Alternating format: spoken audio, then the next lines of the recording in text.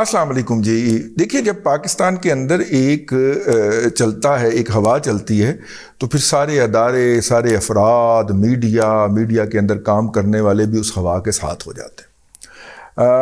9/11 کے بعد پاکستان کے اندر فوری طور پہ ایک ہوا چلائی گئی، اور وہ ہوا جو تھی وہ پاکستان کے مین سٹریم میڈیا کے، چونکہ پاکستان کے مین سٹریم میڈیا کے ذریعے چلی یا چلوائی گئی، تو اس لیے آج بھی میڈیا اس کو اون کرتا ہے. اور وہ ہوا تھی وار اگینسٹ ٹیرر کی.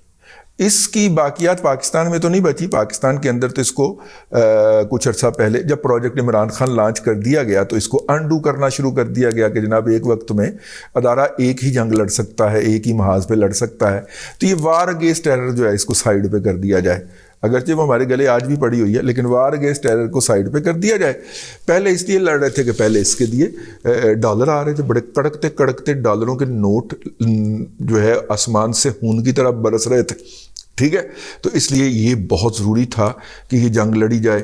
اور اس کے اندر پھر ایک آرٹیفیشل فگر، میں بہت عرصے تک یہ بات جو ہے وہ پلیڈ کرتا رہا ہوں کہ یہ جو 80,000 لوگ ہمارے شہید ہوئے، 80,000 لوگ کا یہ فگر جو تھا یہ بیسیکلی پیمنٹ کا تھا. آج کل آپ نے سنا کہیں پہ 80,000 لوگوں کا ذکر آیا؟ کبھی کوئی پرانا گمراہ قسم کا بندہ ہو جس کو یہ پتہ نہ چلے کہ یہ محاذ جو ہے وہ ہم نے بند کر دیا، تو وہ اس پہ آ کے 80,000 لوگوں کی فائرنگ کر جاتا ہے. ٹھیک ہے، ادروائز وہ جو ایک ترانے کی صورت کے اندر ایک کورس میں گایا جاتا تھا 80,000 بندے 80,000 بندے 80,000 بندے.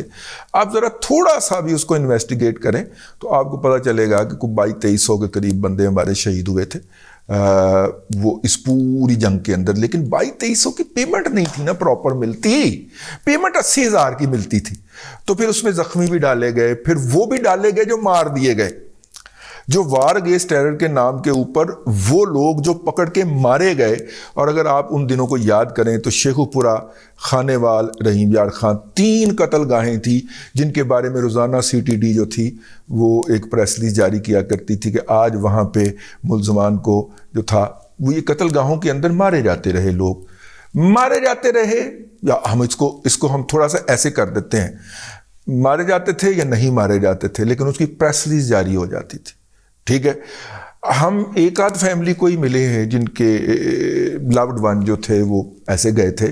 لیکن اگر اتنے زیادہ لوگ جتنوں کی پریس ریلیز جاری ہوتی تھی مارے جاتے، تو آپ اسی معاشرے میں گھومتے ہیں نا، آپ کو کسی نہ کسی کا کوئی نہ کوئی تعلق دار مل جاتا ہے. اور خاص طور پہ ان دنوں تو ہم بہت بڑے آزادی صحافت کے چیمپئن بنے ہوئے تھے. اس طرح کے جتنے وکٹم ہوتے تھے وہ ڈھونڈتے ڈھانڈتے ہم تک پہنچ جاتے تھے، کیونکہ ہم ان لوگوں میں تھے جنہوں نے اس بیانیے کے سامنے بھی سرنڈر نہیں کیا کبھی. اور ہم نے کہا کہ یہ آپ کا بیانیہ آپ کے گلے پڑے گا.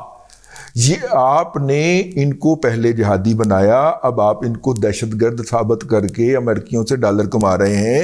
اور امریکیوں کی خوشنودی پر ہر ایک بندہ جو ہے وہ آپ جو ہے ٹیررسٹ آرگنائزیشن، اور کسی نے بیچارے نے گھر کے باہر کوئی ڈسپینسری چلانے کے لیے بھی کوئی ویلفیئر کی تنظیم بنائی ہوئی تھی، تو اس کو بھی ٹیررسٹ فنانسنگ کے اندر ڈال رہے ہیں، ٹیررزم آرگنائزیشن کر رہے ہیں. یہ بات آپ کے کل کو گلے پڑے گی، خدا را یہ نہ کرے. ہم اس بات کے اوپر ڈٹے رہے، کوٹ کھاتے رہے، ٹھیک ہے، نوکریوں سے نکلتے رہے، لیکن یہ نقطہ نظر ہم نے کہا یہ ملک کو پے بیک کرنا پڑے گا. اور آپ یہ نہ کریں گے آپ تباہی پھیر رہے ہیں. خیر اس کے بعد ان کا محاورہ بدل گیا، ان کا محاورہ ہو گیا کرپشن اور 5ویں پشت کی دوگلی ابلاغی جنگ، اور پاکستان کو اندر سے، باہر سے نہیں اندر سے خطرہ ہے. اور پھر ساری جناب پاکستان کے اندر جھونک دی گئی، فلانا ضرب تے فلانا عذب تے فلانا ٹمکانا، یہ سارا کچھ کر دیا گیا.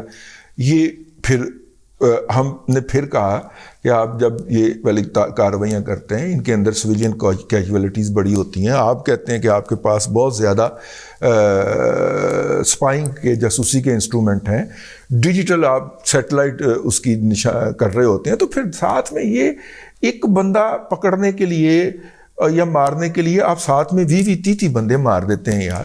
اور ان کے بارے میں آپ دہشت گرد بھی لکھ دیتے ہیں. وہ غریب جو ہیں وہ عدالتوں میں اس لیے وہ مقدمے کرتے تھے کہ میرا باپ دہشت گرد نہیں تھا، آپ نے اس کو مارا ہے ٹھیک ہے، لیکن اسے دہشت گرد مت کہیے. یہ مقدمے آئے عدالتوں کے اندر. ٹھیک ہے، اور لوگوں نے پوری عمر لگا کے اس بات کے اوپر جو ہے وہ سرٹیفکیٹ لیے عدالتوں سے کہ نہیں آپ دہشت گرد نہیں ہیں، لیکن چونکہ اس وقت اس بات کے ڈالر ملتے تھے تو انے واہ ہر ایکسٹریم پہ چلے گئے. اور ایون کہ جو ریٹائرڈ آرمی آفیسر تھے وہاں پہ بھی جو سیکولر کا اور مذہب پسندوں کا ایک جھگڑا ہے نا، تو جو سیکولر ریٹائرڈ آرمی افسر تھے انہوں نے مذہب پسند آرمی افسروں کا رگڑا نکالنے کے لیے ہر بندہ جو 5 وقت نماز پڑھنے جاتا تھا اس کو بھی کہہ دیا جی القاعدہ ہے، یہ ٹیررسٹ کا حامی ہے، یہ ٹیررزم فنانس. وہ بیچارہ اپنی پینشن کے اندر گزارا کر رہا تھا. یہ ادارے کے اندر بھی ہوا، مشرف صاحب کے دور کے اندر ہوا، ٹھیک ہے.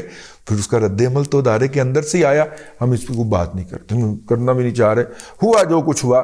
پھر خیر بہرحال ہم مڑ گئے، وہ مڑ گئے جس کے اندر ہم نے پھر جو ہے وہ 5ویں پشت کی دوگلی بلاگی جنگ اور پروجیکٹ عمران خان کو ٹیک آف کرانا تھا تو وہ پھر کروانا شروع کر دیا.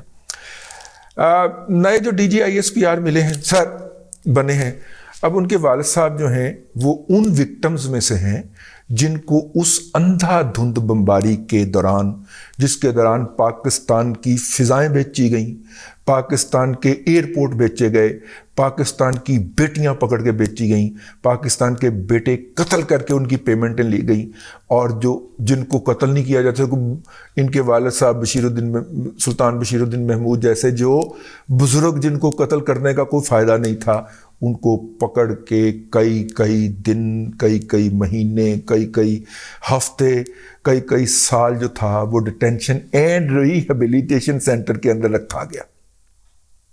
ہم نے اس وقت بھی ہاتھ جوڑے کہ اتنا برائٹ کیریئر ہے آپ کا، وہ نیوکلیئر کے اندر وہ جو پورا آپ نے سسٹم تیار کیا ہے یہ اس کے فاؤنڈنگ فادرز میں شامل ہے. یہ بندہ، آپ اس کے بارے میں اس طرح کی باتیں کریں گے آپ کے پورے نیوکلیئر کے اوپر جو ہے وہ لوگ جو ہے وہ نشان لگا دیں گے. نہ کریں، لیکن سانو مار کوٹ کے چپ کرا دیتا گیا، ٹھیک ہے. اور آج وہ چیز گلے پڑ گئی ہے. ان کا صاحبزادہ ایک اعلیٰ عہدے کے اوپر پہنچے ہیں، DGISPR بنے ہیں، اور ان کے والد کے بارے میں لوگوں نے یہ باتیں شروع کر دی ہیں. یہ ابھی بہت دیر چلنا ہے. یہ جو انہوں نے اندھا دھند بہت سارے پاکستان سے محبت کرنے والے، پاکستان کے لیے اپنی نسلیں نچھاور کر دینے والے، اس کے لیے اپنے کیریئر داؤ پہ لگا دینے والے سلطان بشیر الدین محمود صاحب ان اصحاب 80 کی دہائی میں سنا ریٹائر ہوئے تھے، ان اصحاب میں شامل ہیں جنہوں نے ڈاکٹر قدیر کو واپس آنے کے لیے قائل کیا تھا. ٹھیک ہے، یہ کچھ کرنے والے لوگوں کو ریڈیکیول کیا جائے گا انڈر ون ایکسکیوز اور دا ادر، اور ان کی آنے والی نسلوں کو بھی کٹہرے میں کھڑا کرنے کی کوشش کی جائے گی. یہ کتنا بڑا ظلم ہے اور یہ کتنا بڑا جرم ہے جو کہ انہوں نے ہی کیا ہے، جو آج اس بات کے اوپر تشویش میں مبتلا ہے کہ یہ ہے. یہ بھی ہو سکتا ہے کہ جو ان کے اس عہدے پہ آنے کے مخالف لابی ہے ان کے ادارے کے اندر ہی انہوں نے کچھ لوگوں کو یہ انفارمیشن پرووائڈ کی ہو. لیکن میرے زخم اس لیے ہرے ہو گئے کہ جب یہ وار اگینسٹ ٹیرر اور پروجیکٹ عمران خان میں کس کو غدار قرار نہیں دیا گیا، اور کس کو اٹھا کے نہیں پھینٹا گیا، اور کس کے گھر جو ہے وہ پولیس والے نہیں بھیجے گئے، اور کس کے گھر کے سامنے CTD کی گاڑیاں نہیں ہوئی. میں اس وقت تو یہ عالم تھا کہ میں ایسے گھر کے باہر سے دیکھا کرتا تھا کہ کھلوتے نے کھلوتے نے، کوئی بات نہیں، گاڑی باہر کھڑی کر دو، چوری نہیں ہوگی. ٹھیک ہے نا، کیونکہ انہوں نے جب لے کے جانا اپنی گاڑی میں لے کے جائیں گے نا، چوری تو نہیں نہ کرتے. ٹھیک، میرے نال انہوں نے انہاں کی مذاق سی، باہر کھلوتے رہندے سن. ٹھیک ہے، اور میرا مطلب ہے کہ ٹھیک ہے یار، ان کی ڈیوٹی تھی، پھر ہم ان کو کیا کہیں. لیکن یہ ہر محب وطن آدمی کو غدار قرار دینے کی یہ جو ہے، یہ میں نے 2 آپریشن کی اوپر نیچے بات کی ہے، اور اس کے اندر سے یہ کیا نکلا ہے کہ ایک برائٹ کیریئر کا اپ رائٹ افسر جو کہ ٹیلنٹ کی بنیاد کے اس لیول پہ پہنچا ہے، اس کے خلاف اور کوئی بات نہیں ملی تو اس کے باپ کا نام اٹھا لیا گیا، جو کہ ادارے نے اپنی تبدیل ہوتی ہوئی پالیسی کے معروضی حالات کے اندر اڈاپٹ کیا تھا. اب اس کو کیا کریں، روئیں پیٹیں کہ سر پھوڑیں اپنا. اب تک کے لیے اتنا ہی. اللہ تبارک و تعالیٰ آپ کو آسانیاں عطا کرے اور آسانیاں خلق خدا میں تقسیم کرنے کی توفیق عطا کرے.